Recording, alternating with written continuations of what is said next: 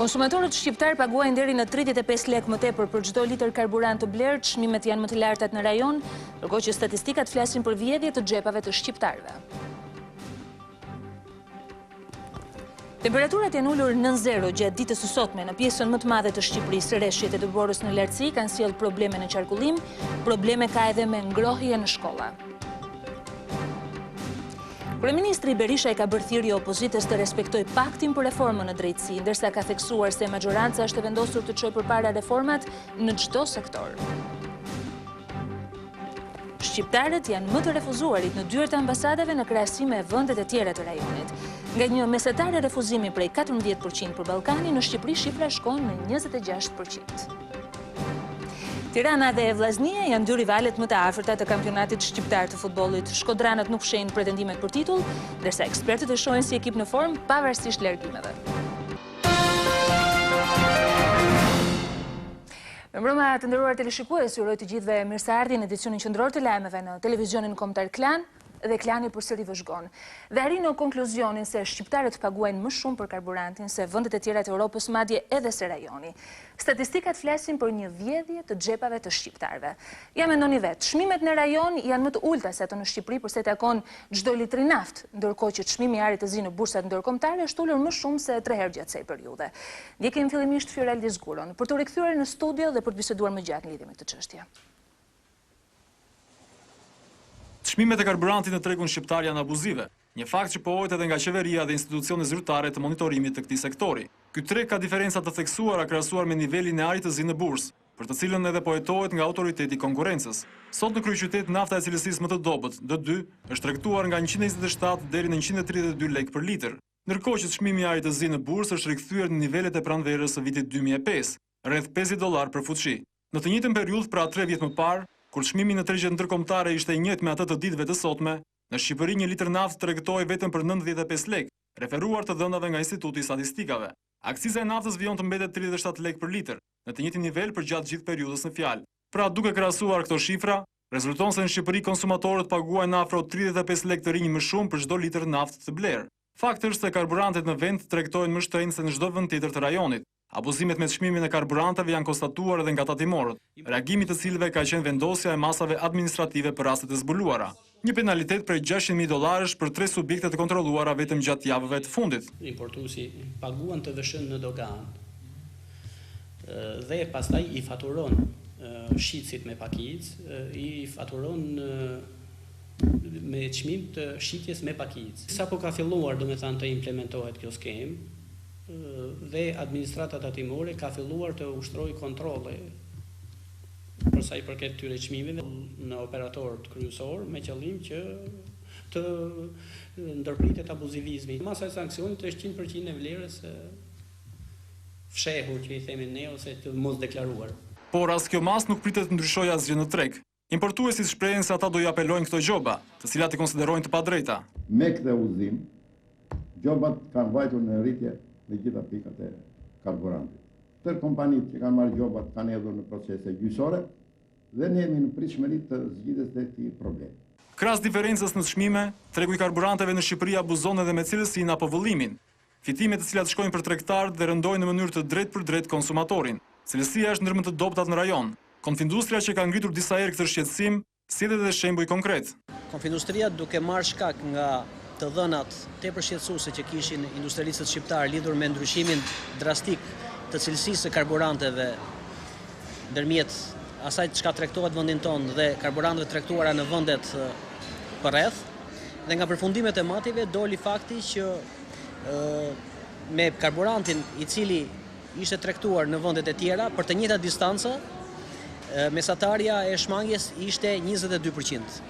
Cilësia dhe vëllimi mund të konsiderohen gjithashtu një tjetër mënyrë vjedhje e xhepave të shqiptarëve, ndërsa autoriteti i konkurrencës pohon se ka ndërmarrë një hetim të thellë prej gushtit të këtij viti.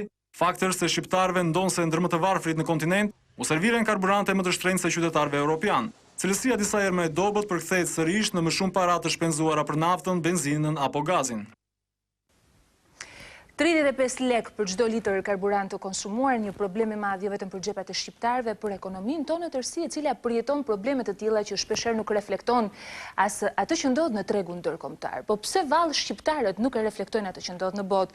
Pse biznesmenët shqiptar nuk respektojnë rregullat e një tregu i cili në radh të parë synon që të krijojë mirëqenie për shqiptarët? Unë do të bisedoj për këtë çështje sot me të ftuarin tim gazetarin e njohur Blendi Fevziu. Blend, mirëmbrëma. Mirëmbrëma. Faleminderit që pranove ftesën për të folur për një temë që klani i kthe dhe i rikthehet. Më duket se po kthehemi aty ku e lam rreth 2 javë më parë kur diskutoi për atë që kishte ndodhur në Gjirokastër dhe për makutrinë e biznesit në një farë mënyre. Ktu e kishim lënë nuk e shoh në një temë aq të ndarë, pavarësisht se në këtë rast nuk është një tragjedi, nuk ka viktima, por është një po i quaj një tragjedi e përditshme, shumë nëpër masa shumë më të vogla, që ndodh me buxhetin e secilit shqiptar, e çdo familje shqiptare, sepse nafta nuk është një produkt vetëm që reflektohet tek makina, por edhe në shumë vende të tjera. Ne ndoqëm edhe nga kronika, jo vetëm sot. Gazetari Fiorel Dizguro shpeshherë ka dalë për të bërë një vëzhgim të pikave të karburantit, të gjithë jemi dëshmitar të asaj që ndodh. Vazhdimisht flasim për këtë problem.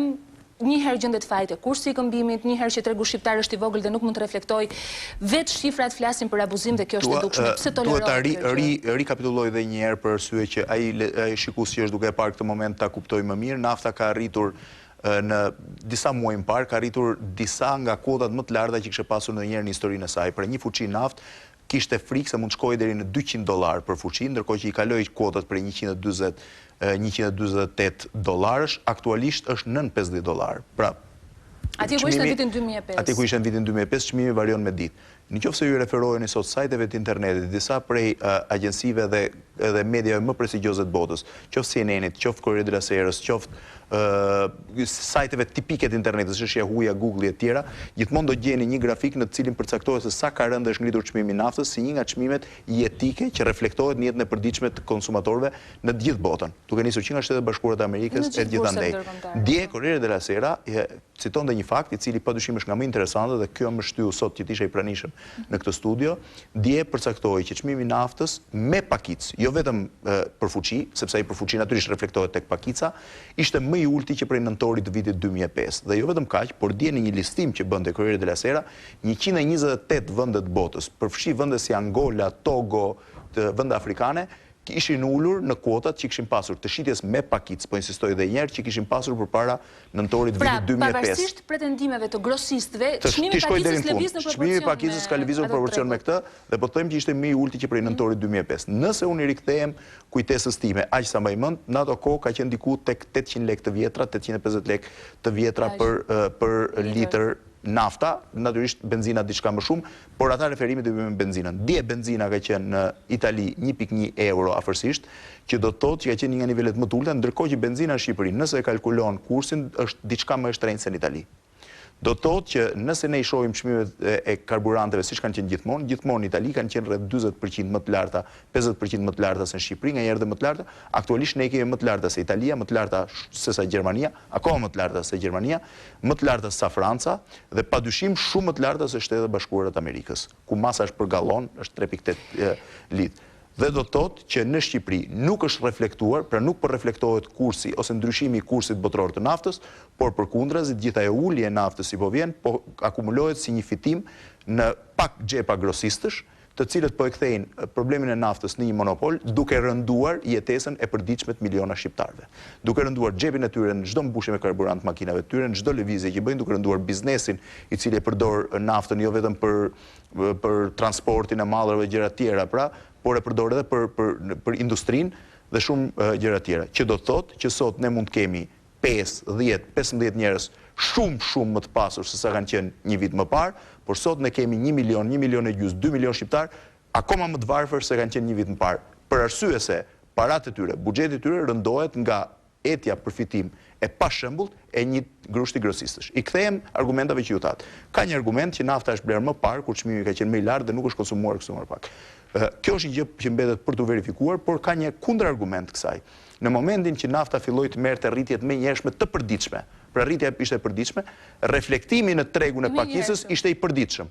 Pra përdit çmimi i naftës rritej, pavarësisht se nafta që këta grosistë shisnin ishte nafta e kontraktuar me çmim më të fiks dhe ndoshta ndodhej në depozita me çmim shumë herë më të ulët. Pra nëse rritja e çmimit reflekton bursat botërore, ulja e çmimit nuk reflekton ato, që do të thotë që ky është një argument i pa justifikueshëm prej tyre. Problemi i dytë, që lidhet jo vetëm me të, ditën e njëjtë dëgjova kryeministrin i cili quhej kartel. Që një kryeministër quhej kartel, një grupim që merret me importet apo shitjen e pakisë të karburanteve apo të drithit, është një gjë shumë e rëndë. Është një gjë shumë e rëndë, por padyshim është një përgjegjësi shumë e madhe e qeverisë.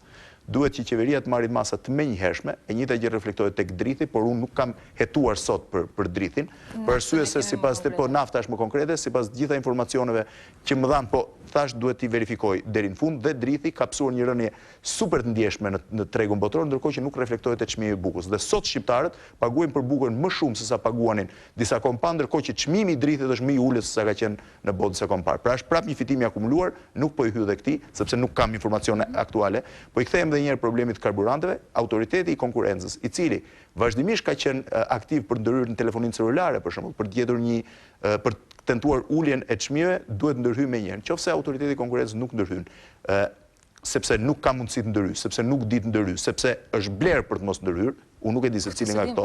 Këtë nuk e di se cili nga këto mund të jetë. Atëherë tregon që strukturat e këtij shteti nuk mund të funksionojnë dhe parlamenti duhet të shkrijë këtë autoritet konkurrence dhe të ngrejë një strukturë tjetër.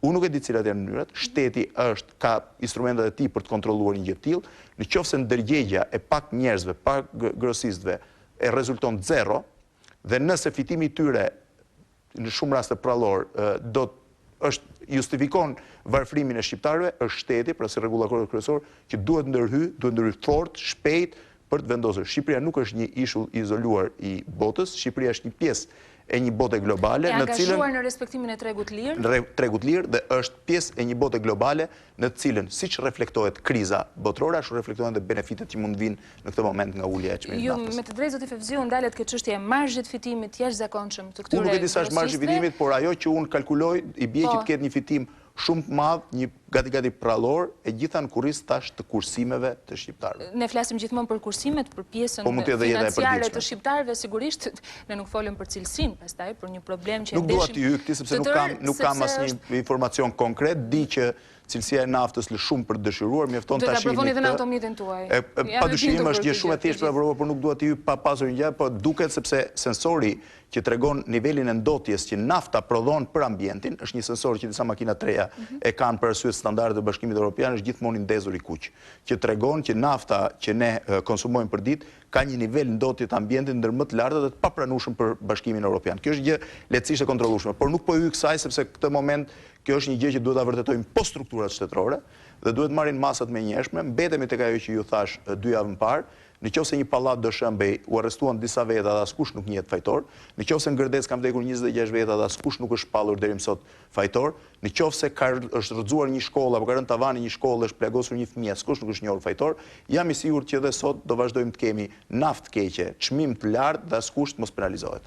Kam përshtypjen që do të jemi përsëri këtu në këtë studio, po shpresoj që zëri të shkojë diku dhe të dëgjohet në emër të atyre njerëzve që nuk kanë mundësi tjetër për të shprehur. Nuk do të lodhemi ne, jemi sërish edhe për të folur për këtë. Zoti Fevziu, sonte në mbrëmje në orën 22 rivjen sërish opinion, spoti tashmë ka dalë në transmetim. Kryetari i Lëvizjes Socialiste për Integrim, zoti Ilir Meta, në një panel. Cila do të jetë forma e debatit? Zoti Meta ka qenë protagonist 2 javëve të shkuara për arsye të grevës surisë zgjat 1 javë, daljes nga parlamenti në mes të javës, rreth fillimit të javës kaluar dhe shpalosjes një platforme për mënyrën se do të adoptojë politikën e Lëvizjes Socialiste për Integrim në vijim. Ai do të ketë një panel prej 2 gazetarësh, që janë zoti Andi Bejti, drejtori informacionit televizionit Klan, dhe zoti Nëntor Nazarko, po ashtu drejtuesi i qendre për studimet rajonale të Universitetit Marin Barleti. Dhe përballë tij do të jetë një panel prej 7 pedagogësh të universiteteve të Tiranës, një formulë që kemi futur dhe me kryeministrin të njëjtën dhe studentë këtyre universiteteve, do të synoj kryesisht përcaktojë se ç'ka ndodhur me Lëvizjen Socialiste për Integrim, pse ishte greva e uris, pse zoti Meta doli nga greva e uris dhe cila është strategjia e mpasme e kësaj partie dhe raportet e kësaj me 2 partitë kryesore. Jam e bindur që me këtë format do të jetë një emision ku edhe Pyetjet do të jenë më interesante ndoshta se sa përgjigjet. Ju falenderoj zoti Fevziu dhe ju uroj sukses sonte në mbrëmjen e emisionit tuaj. Ishim me gazetarin e njohur Blendi Fevziu për diskutuar lidhur me problemin që ballafaqohen çdo ditë shqiptarët në furnizimin e tyre me karburant. Por meqense po flasim për ekonominë, sidomos për pasigurinë e krijuar nga kriza financiare, duket se ajo do të shoqërojë globin paktën deri në vitin 2010. Fondi Monetar Ndërkombëtar ka dhënë alarme duke u kërkuar bankave qendrore të vendeve të ndryshme të ngrenë sa më shumë normat e interesit. Arsyet ju thot Justina Okaliaj. Ndonse qeveritë e vendeve ekonomikisht të zhvilluara kanë ndërhyrë fuqimisht për të minimizuar pasojat e krizës financiare globale, Fondi Monetar Ndërkombëtar paralajmëron përkesim të saj. Të paktën deri në vitin 2010 ekonomia botërore nuk do ta marrë veten, parashikon FMN, sipas të cilit kriza do të përkeqësohet edhe pasiguria do të vazhdojë edhe në 2 vitet e ardhshme. Ekspertët ekonomistë thonë se ka mungesë likuiditeti për të zgjidhur problemet. Mjaft prej tyre këshillojnë që bankat qendrore të rrisin normat e interesit sa më shumë të jetë mundur për t'i bërë ballë kësaj situate. E në këtë periudhë pasigurie, qeveria amerikane duket se po bën përpjekje më të forta për t'i dhënë zgjidhje krizës. Lëvizja e saj e fundit parashikon një ndihmë direkte prej 20 miliard dollarësh për gigantin Citigroup, pjesë e 306 miliard dollarëve garanci për likuiditetin e kësaj banke kredish më e fuqishmja në botë, e cila e shtrin aktivitetin në 900 vende të botës, me mbi 200 milion klient. Gjithsesi edhe në ekonominë amerikane, gjithçka duket e paqartë, të paktën deri në marrjen e detyrës së presidentit të ri, i cili sot ka shpalosur emrat e administratës së tij. Timothy Geithner, si kreu i ri i Thesarit, Lauren Summers, si këshilltarin kombëtar për ekonominë në shtëpinë e bardhë, Melody Barnes, si drejtues të Këshillit për Politikat e Brendshme dhe Christina Romer, si kryetare të këshilltarëve ekonomik. Gjatë konferencës në Chicago, Obama foli për një plan agresiv ekonomik, i cili pritet të marrë jetë nga Kongresi Amerikan në muajin e parë të 2009-s. Sipas presidentit, vendi ka nevojë për një plan stimulues, i cili do të trondisë vërtet sistemin aktual të ekonomisë. Rikthehemi në vend, flasim për ekonominë tonë, madje projekt buxhetin e vitit të ardhshëm pra 2009, ku vendi i Shqipërisë ka miratuar në parim me 77 vota pro dhe 45 kundër, projekt buxhetin e qeverisë për vitin e ardhshëm, ndërkohë që votimi nen për nen do të bëhet paraditën e sejentes në seancë plenare. Drafti prej 5 miliard dollarësh u prezantua ditën e shkuar në parlament nga Kryeministri Berisha. Kreu i qeverisë e cilësoi si buxheti më i madh në historinë e vendit, i cili do të garantojë rritjen e qëndrueshme ekonomike. Po kështu sipas qeverisë, ky buxhet do të sjellë dyfishim të pagave dhe pensioneve, si dhe rritje të ndjeshme me investime në infrastrukturën rrugore, arsime e shëndetësi. Opozita ka qenë kundër të dhënave për rritjen e të ardhurave, ndërsa ka shprehur edhe shqetësimin se në këtë projekt buxhet nuk parashikohen masa kundër krizës financiare globale.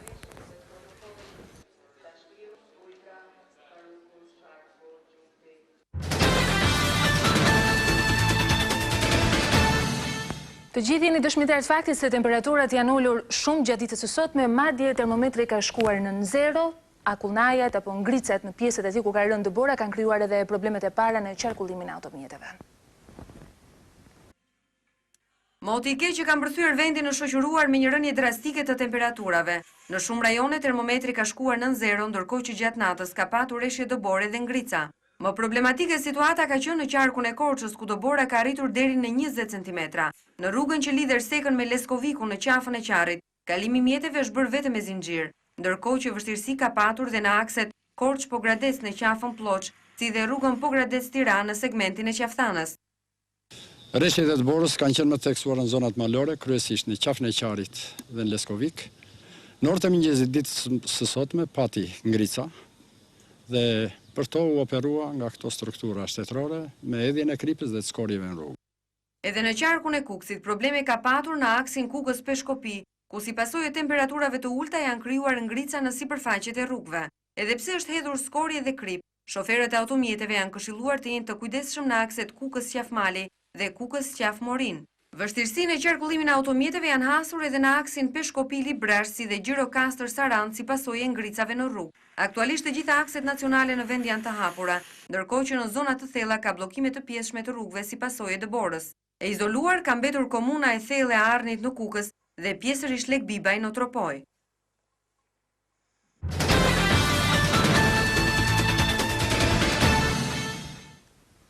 Situata nuk ndryshon, si çdo vit, kjo stinë ftohtë gjën të paprgatitura shkollat tona në të gjithë sistemin arsimor. Në vijim do të ndiqni një panoramë të detajuar të gjendjes së shkollave pa ngrohje në rrethet të ndryshme të vendit. Ndjekim korrespondentët tanë.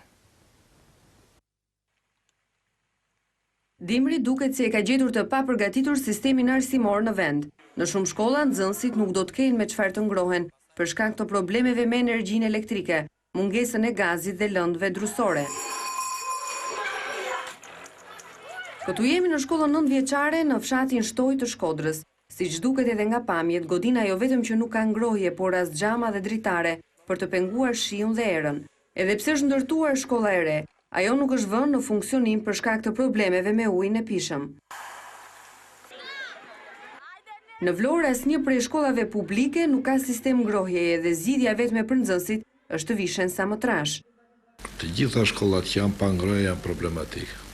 Nuk e dim se sa do arrim këtë vit shkollar, dim vetëm një gjë që dhe në shkollën Ibrahim Kushta janë instaluar këto sistemet e ngrohjes, mungon vetëm aparatura. Shpresojmë të realizojmë nëpërmjet bashkisë ato 1 ose 2 kopshte e shkollës që mund të jenë ato. Dhe këto janë mundësitë për si vjet.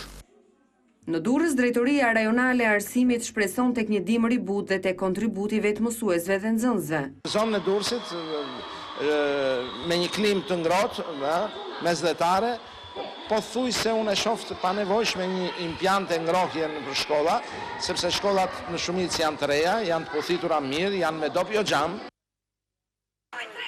Në Elbasan ngrohja me gaz kundërshtohet nga prindrit, ndërkohë që fondet për energjinë elektrike janë të limituara. Bashkia në këtë qytet ka siguruar ngrohjen vetëm për kopshtet dhe çerdhet. Në Fier të gjitha shkollat janë debitor të keshit dhe për këtë shkak, korporata u ka ndaluar përdorimin e rezistencave dhe pajisjeve të tjera ngrose. Bashkia thot se ngrohja për shkolla do të rishikohet vitin e ardhshëm.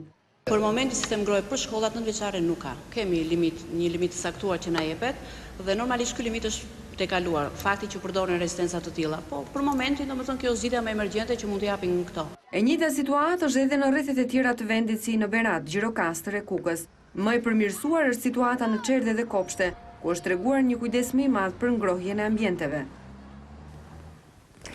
Do të vjen flasim me një informacion i cili lidhet me pasojat e motit ftohtë dhe mbi ngarkesës në rrjet. Sapo informohem, sapo ka mbritur informacionin në departamentin tonë të lajmeve se Shkodra, Malësia e Madhe dhe Lezhë aktualisht janë pa energji elektrike si pasojë e një defekti në transformatorin e hidrocentralit të Vau të Dejës, i cili e furnizon edhe në stacionin Shkodra 2. Ky defekt ka ardhur si pasojë e mbi ngarkesës në rrjet aktualisht. Shefi i operatorit sistemit të shpërndarjes për Shkodrën, zoti Nesti Kiri, por edhe përgjegjësi në stacionit të tensionit të lartë pikërisht për rajonin që furnizon Malësinë e Madhe dhe Shkodrën Fezzi Shanja, na kanë njoftuar se ndërprerja e furnizimit me energji elektrike është bërë aty rreth orës 18:05 minuta. Aktualisht po punon një grup punëtorësh i kryesuar nga inxhinieri i turnit, por Shkodra ka shumë mundësi mbetet pa energji elektrike gjatë gjithë natës. Sigurisht informacione më detajuara do të kemi edhe në takimet e radhës me Departamentin e Informacionit, por jo vetëm ne, edhe vendi në fshinjë përtej Adriatikut, Italia po përballet me pasojat e motit keq, madje rreshjet e dëborës kanë nisur në të gjitha ato rajone që janë rreth 150 metra mbi nivelin e detit. Torino, Venecia, Padova, Aosta dhe Milano janë zgjuar sot në rreshjet e dëndura të borës, të cilat kanë shkaktuar edhe rënje të menjëhershme të temperaturave. Në pjesën më të madhe të këtyre rajoneve, trashësia e borës arrin në 15 deri në 30 cm, çka ka sjellë edhe vështirësi theksuara në qarkullim. Në 8 autostrada që përbëjnë 800 km rrugë në total, qarkullimi është thuajse i pamundur. Makinat kanë mbetur të bllokuara për orë të tëra si pasojë e trashësisë së borës dhe ngricës. Problemi janë regjistruar edhe me linjat e kurudhore në të cilat ka patur vonesa.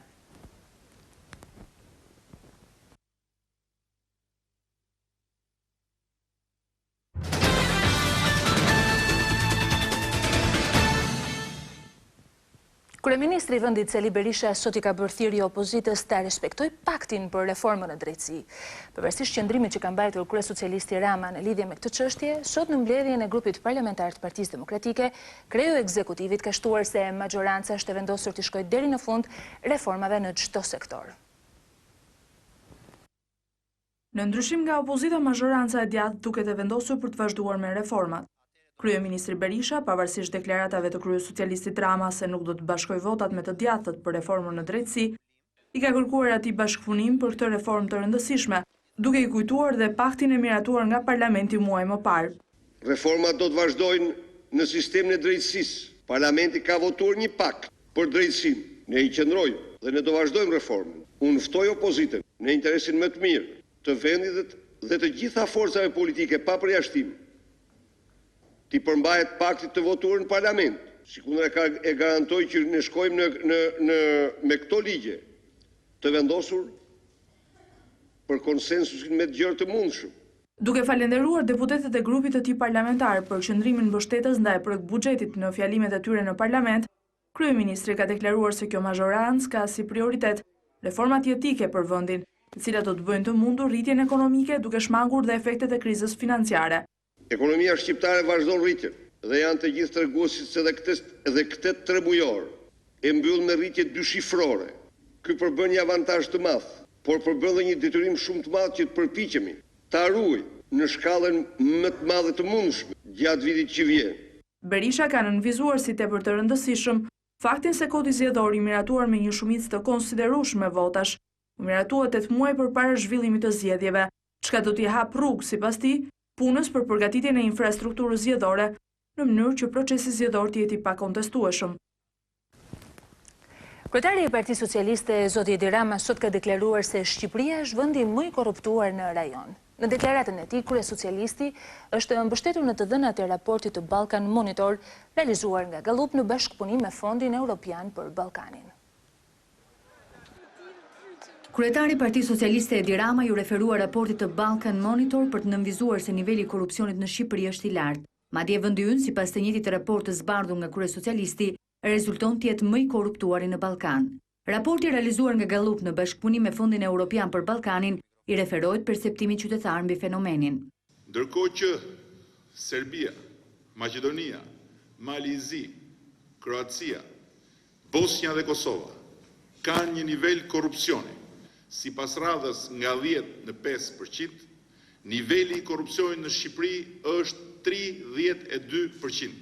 Nuk është e para herë që raportet e institucioneve të specializuara na japin këtë vit një pamje rrënqese të keq qeverisjes, duke nxjerrë në pa me fakte reale e shifra tronditse ato që shqiptarët e shqiptarët përjetojnë vijimësisht nën këtë qeveri që po shpartallon shtetin dhe nën këtë kryeministër që po abuzon rëndshëm me pushtetin.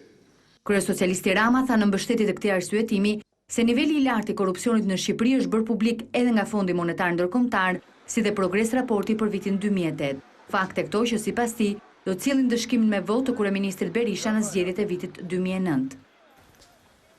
Dhe ka qenë menjëhershëm reagimi i Partisë Demokratike lidhur me deklaratat që sapo ndoqën të kryesocialistit Edi Rama. Ju ftoj të ndiqni zëdhënësin zotin Gerti Bogdani. Kryetari me korrespondencë i Bashkisë Tiranës, ose siç i thon ndryshe Mr. 15%, doli sot në një konferencë për shtyp për të trilluar dhe për të sulmuar dhe për të mohuar rezultatet që ka bërë Shqipëria në luftën kundër korrupsionit. Rezultate të cilat janë vlerësuar nga të gjitha raportet e ndërkombëtarëve. Ndaj, zoti Rama me deklaratën e tij të sotme doli vetëm për të bërë shpifjet, trillimet dhe sulmin e radhës ndaj kryeministrit.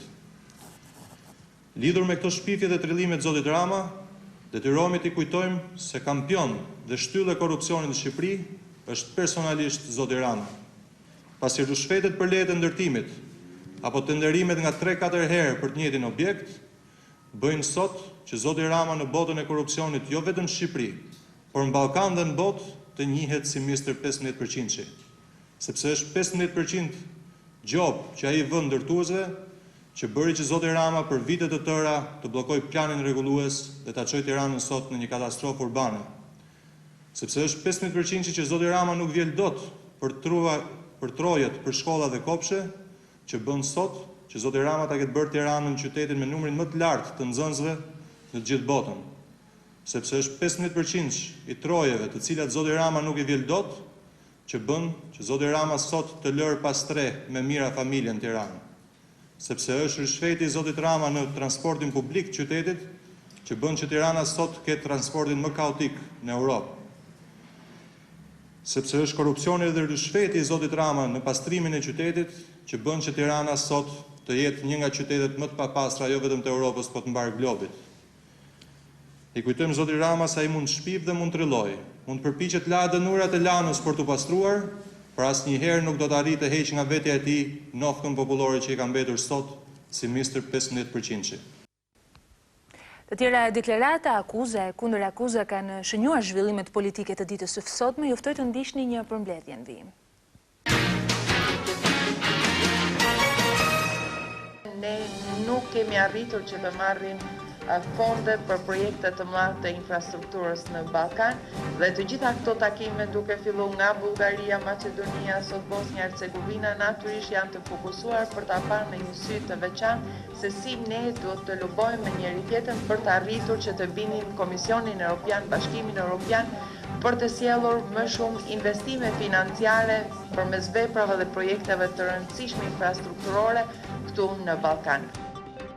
Vota e grupit parlamentar të Partisë Socialiste është vot kundër sepse nuk mund të jetë vot pro një buxheti që varfëron shqiptarët. Ka probleme të mëdha lidhur me mungesën e një pakete antikrizë. Ka probleme të mëdha për sa i përket investimeve me institucionet e pavarura për sa kohë që qeveria pretendon që është e angazhuar për të luftuar korrupsionin, të kemi përgatitur një paket propozimesh të cilën do ta paraqesim nesër në formën e një buxheti alternativ. Është vërtet që gjyqësori është pjesa më kritike në progres raport dhe mënyra se si është menaxhuar gjyqësori dhe si funksionon sistemi i gjyqësorit është fatkeqësisht pa ndryshueshmërisht e njëjtë ndër vite. Pra, sistemi i gjyqësorit ka patur lack of transparency ose mungesë transparence në vite, në 2005-ën, ka patur dhe është quajtur në 2005-ën si zbatim i dobët i drejtësisë penale, vazhdon të jetë po prap mungesë transparence në 2008-ën. Sigurisht që gjyqësori dhe drejtësia është një problem madhor. Pavarësisht se është thënë dhe thuhet konsensus i madh për reformën drejtësi, po progres raporti e shpreh qartë që mungon një vizion për reformën në drejtësi dhe në gjyqësor, mungon një strategji e gjerë, pavarësisht nga ndonjë ligj i veçantë. Mbështetja në buxhet për funksionimin e gjykatave është krejtësisht e pamjaftueshme, niveli i ekzekutimit të vendimeve nga përmbarimi është tepër i mangët dhe që në përgjithësi ka probleme me funksionimin e gjyqësorit. Në punimet e Asamblesë së Përgjithshme të Shoqatës së Bashkive, Kryeministri i vendit Berisha e ka ftuar opozitën të marrë pjesë në procesin e ndarjes së re territoriale. Rrjeti i shoqatave të autoriteteve vendore të Europës Juglindore ka mbajtur në Tiranë Asamblenë e tij të Përgjithshme për të folur për decentralizimin fiskal dhe efektet e mundshme të krizës globale financiare në punën e qeverive vendore të rajonit. Krizë që nga konkluzionet e Asamblesë nuk ka prekur ende pushtetin vendor në Europën Juglindore dhe për të vazhduar në këtë trend, krerët e bashkive të vendeve të rajonit kanë kërkuar mbështetjen e qeverive qendrore. Kjo mbështetje për pushtetarët lokal në Shqipëri, sipas Kryeministrit Berisha, i cili ka përshëndetur punimet e Asamblesë, nuk ka munguar. Për qeverinë time, decentralizimi, për bërë një nga përpjekjet më të mëdha të këtyre 3 viteve. Ky është një kusht përcaktues për të patur një zhvillim të qëndrueshëm dhe harmonik të vendit. Pas zgjedhjeve, ne vendosëm një partneritet shumë të mirë me të gjitha qeveritë vendore të vendit. Kryeministri Berisha, pasi ka bërë një përmbledhje të gjithë nismave të qeverisë shqiptare në funksion të decentralizimit të pushtetit lokal, kërkoi nga opozita bashkëpunim për të kaluar në parlament ligjin për ndarjen e re territoriale, të cilin ai e cilësoi si thelbësor. Shqiptarët rezultojnë të jenë më të refuzuarit në dyert e ambasadave për sa i takon këtij problemi krahasuar me Ballkanin. Për shembull, nga një shifër refuzimi mesatare për vendet e rajonit 14%, Shqipëria arrin në 26%. Ndikimi në dezaimin. Shqiptarët rezultojnë të jenë më të refuzuarit në dyert e ambasadave në krahasim me vendet e tjera të rajonit. Nga një mesatare refuzimi prej 14% që llogaritet për Ballkanin, në Shqipëri shifra shkon në 26%. Duke serviru këto të dhëna, lëvizja europiane në Shqipëri, duke u referuar raportit të monitorimit të marrëveshjes për lehtësimin e vizave, vënë duke një element pozitiv. Niveli i refuzimit e kategoritë e shtetasve shqiptarë që përfitojnë nga lehtësimi është më i ulët, vetëm 21%. Megjithatë, thuhet në raport, Shqiptarët janë qartësisht në një pozicion të pafavorshëm, parë kjo në raport me vendet e tjera të Ballkanit. Bosnia-Hercegovina ka nivelin më të ulët të refuzimit, vetëm 4%. Raporti zbardh dhe të tjera detaje të mënyrës se si ka funksionuar marrëveshja e lehtësimit të vizave. Kosto e një vize duhet jetë vetëm 35 euro. Monitorimi në terren ka identifikuar se një qytetar shqiptar ka paguar deri në 9.000 lekë të reja, ose rreth 75 euro. Raporti sugjeron dhe rekomandime konkrete, siç janë transparenca në informacion në lidhje me aplikimin, zëvendësimi i linjave të komunikimit qytetar me konsulatat nga numra me vlerë të shtuar në linja fikse, apo dhe krijimi një strukture të posaçme që verifikon pretendimet e aplikantëve. Të zhvendosemi në Kosovë, atje ku presidenti Fatmir Sidiu dhe kryeministri Hashim Thaçi edhe një herë kanë kërkuar sekretarit përgjithshëm të Organizatës Kombeve të Bashkuara Ban Ki-moon të marrë parasysh qëndrimin e Prishtinës në raportin për vendosjen e misionit e Uleks. Presidenti Sidiu dhe kryeministri Thaçi i bën thirrje sot sekretarit të përgjithshëm të OKB-s që në raportin që do t'ia dorëzojë të mërkurën Këshillit të Sigurimit të ketë parasysh edhe qëndrimin e Prishtinës për vendosjen e misionit të Uleksit. Këto komente dy liderët kryesorë të vendit i bën pas një takimi që patën me kryeministrin e Estonisë Andrus Ansip. Unë pres se do të ketë trajtim të mirë të gjitha asaj që ne kemi shtruar në proces të zhvilluar deri tash. Është koha që të merret parasysh gjithë ajo që është bazë apo taban kryesor për funksionimin e tij. Ne shërmojmë rolin e Këshillit të Sigurimit, por në ndërkohë Kosova është shtet i pavarur, sovran dhe demokratik. Unë mik është në eci e sipër, në largim e sipër, i dhon përkrahje të plot e Uleksit me mandatin e plot që ka të Bashkimit Evropian. Kryeministri e Estonisë ndërkaq ka hezituar që të jap komente rreth propozimit 6 pikësh të sekretarit të përgjithshëm të OKB-s, mirëpo ka mbështetur shtrirjen e misionit të Uleksit në tërë territorin e Kosovës. Ndryshe, presidenti Sidiu dhe kryeministri Thaçi sot për herë të parë janë prononcuar edhe rreth arrestimit të 3 shtetasve gjerman, të cilët dyshohet se qëndrojnë prapa shpërthimit që ndodhi natën e 14 nëntorit në ndërtesën e ICO-s në Prishtinë. Unë jam jurist me profesion dhe nuk do të paragjykoj asnjë gjë pa e pas elementin e fundit të shqimeve rreth tyre. Nuk është në interesin e askujt që kjo çështje të politizohet. Relacionet e Kosovës me Gjermaninë kanë qenë janë dhe do të mbesin të shkelqyshme. Ishte Leonard Korçuki i cili na informoi nga Prishtina dhe pavarësisht se sot Kosova përballet me një realitet të ri, ende në kujtesë është kriza humanitare e vitit 1999. Sot në Pallatin e Brigadave, presidenti Bamir Topi ka dekoruar ish ambasadorin amerikan William Walker me medaljen e mirënjohjes për kontributin e rëndësishëm që ai dha në ndihmë të shqiptarëve të Kosovës gjatë krizës humanitare të vitit 99. Presidenti Topi shprehu mirënjohjen për ndihmën e pakursyer dhe të vijueshme të Shteteve të Bashkuara dhënë Shqipërisë, Kosovës dhe kombit shqiptar për gjatë gjithë rrjedhës së historisë dhe momenteve vendimtare. Ish ambasadori Walker në fjalën e tij tha se ndihej shumë i nderuar për dekorimin. Mëtej zoti Walker shprehu admirimin për ndryshimet e mëdha që ka pasur Shqipëria gjatë viteve të fundit.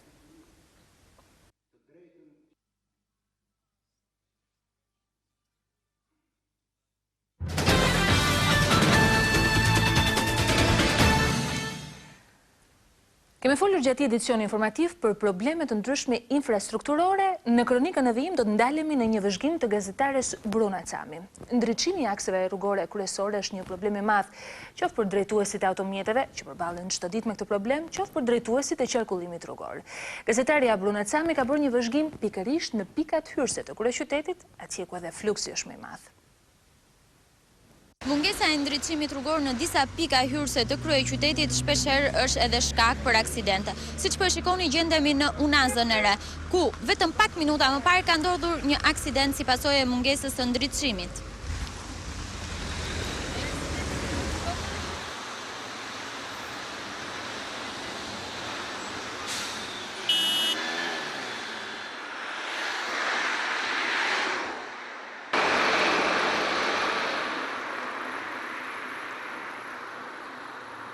Ky është një shqetësim real për drejtuesit e mjeteve, këmbësorëve apo edhe për vetë policinë. Errësira është vdekje. Kalojnë këmbësorë lart poshtë lart qoftë, po mos që shoferi i mirë, shoferi rregullt, këtu është typ njeriu me karambulin kur duash. Rrugët kryesore urbane nuk ka ndryshim. Kjo bëhet edhe është një ndër faktorët e burimit të aksidentit. Por për këmbësorët kanë vështirësi në zhvendosje në rrugët urbane, kryesore dhe dytësore. Do të duhej fare pak për ta ndryshuar këtë gjendje, siç pohon edhe vetë kreu i Komisariatit të Policisë Rrugore në kryeqytet. Duhet të cilësoj që ndriçimi ka qenë, ka funksionuar dikur, tani për shumë arsye nuk funksionon. Njëra nga arsyet ka qenë edhe vjedhja e aksesorëve për ndriçim dhe vjedhja edhe e kabullit. Këtu për shembull është vjedh kabulli në një gjatësi shumë të madhe, prandaj edhe unaza e re nuk ka ndriçim, por edhe bashkia duke mos vepruar menjëherë për të zëvendësuar këto aksesorë që nuk kushtojnë shumë. Endaj mund të konsiderohet si tjetër çudi shqiptare, ku nga neglizhenca e gjërave të vogla në dukje mund të kushtojë jetë njerëzish. 11 fëmijë jetim të minatorëve të Bulqizës kanë fituar bursa studimi nga Qendra e Formimit Profesional Vitrina.